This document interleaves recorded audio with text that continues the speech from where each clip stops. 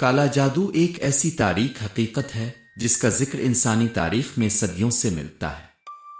یہ محض ایک وہم نہیں بلکہ منفی توانائیوں اور شیطانی قوتوں کا وہ مجموعہ ہے جو حسد، بغض اور کینہ کی کوکھ سے جنم لیتا ہے۔ کالا جادو ایک شیطانی وار اور حسد کا بھیانک روپ۔ کالا جادو دراصل انسانی روح کے اس تاریک پہلو کا نام ہے جہاں انسان اپنے رب کو بھول کر ابلیس کے راستے پر چل نکلتا ہے۔ جب کوئی شخص کسی کی ترقی، خوشحالی یا ہنستے بستے گھر کو دیکھ کر جلنے لگتا ہے تو وہ حسد کی آگ میں اتنا اندھا ہو جاتا ہے کہ وہ دوسرے کو نقصان پہنچانے کے لیے نجس اور شیطانی طریقوں کا سہارا لیتا ہے۔ لوگ کالا جادو کیوں کرواتے ہیں؟ اس کے پیچھے سب سے بڑی وجہ حسد ہے۔ ترقی سے جلن، جب کوئی کاروبار میں نام پیدا کرے، خوبصورتی اور صحت، کسی کی اچھی صحت یا پرکشش شخصیت دیکھ کر کرنا، خاندانی سکون، میاں بیوی کی محبت دیکھ کر ان میں جدائی ڈالنے کی خواہش، ذاتی اناد، کسی پرانی دشمنی کا بدلہ لینے کے لیے کمزور سہارا لینا ہے۔ داستان حسد، کالی دیوار اور ٹوٹتا سکون۔ خوشیوں کا گہوارہ۔ ایک بڑے شہر کے مضافات میں او احمد کا ایک خوشحال خاندان رہتا تھا۔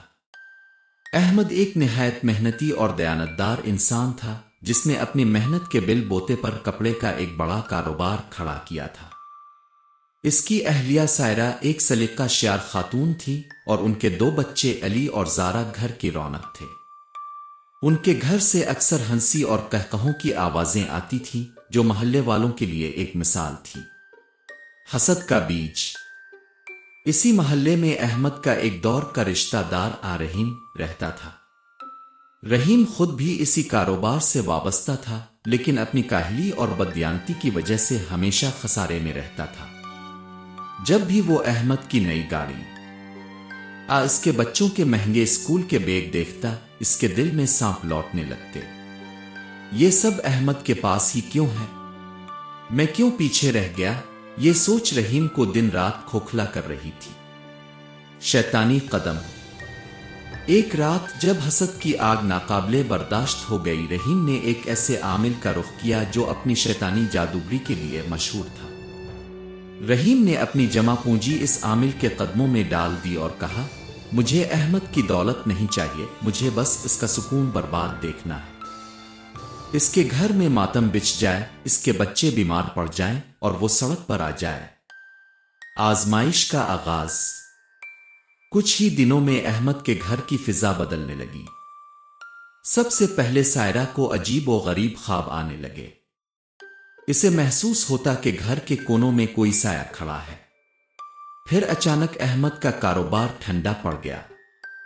جو گاہک برسوں سے جڑے تھے وہ بغیر کسی وجہ کے ٹوٹنے لگے۔ گھر میں ہر وقت ایک بوجھل پن رہتا۔ علی اور زارا جو ہر وقت کھیلتے رہتے تھے اب چڑچڑے ہو گئے تھے اور اکثر بیمار رہنے لگے۔ ڈاکٹروں نے تمام ٹیسٹ کیے لیکن سب رپورٹس نارمل آتی تھی۔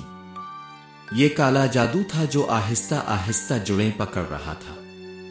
حقیقت کا انکشاف۔ ایک دن احمد کو گھر کے باغیچے میں مٹی کھودی ہوئی ملی۔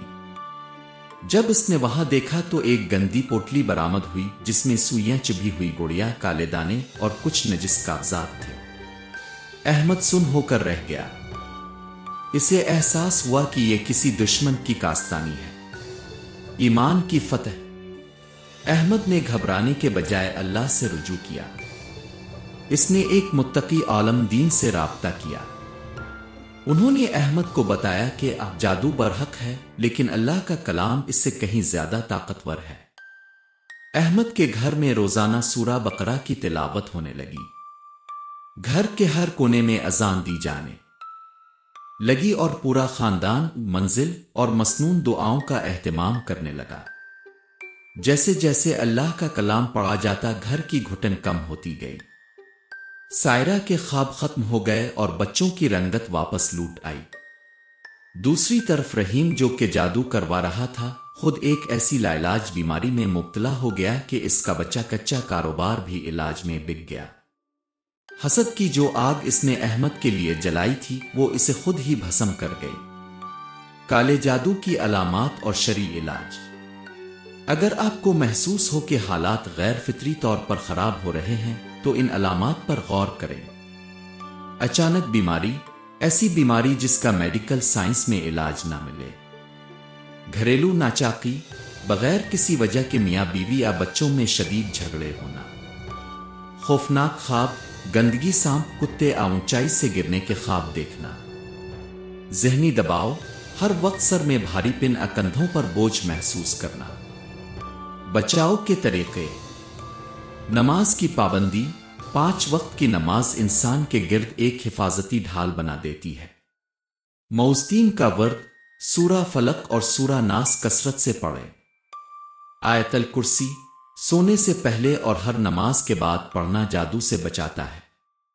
صدقہ و خیرات، نبی کریم کا فرمان ہے کہ صدقہ بلاؤں کو ٹال دیتا ہے۔ حاصل کلام، حسد وہ گناہ ہے جس نے شیطان کو راندان درگاہ کیا، اور کالا جادو وہ جرم ہے جس کی سزا دنیا اور آخرت دونوں میں ذلت ہے۔ ہمیں چاہیے کہ ہم اپنی خوشیوں پر عاشق اللہ کہیں اور دوسروں کی ترقی دیکھ کر جلنے کے بجائے اللہ سے اپنے لیے بھی فضل مانگیں۔ یاد رکھیں، جادو کتنا ہی طاقتور کیوں نہ ہو، اللہ کی مرضی کے بغیر ایک پتا بھی نہیں ہل سکتا۔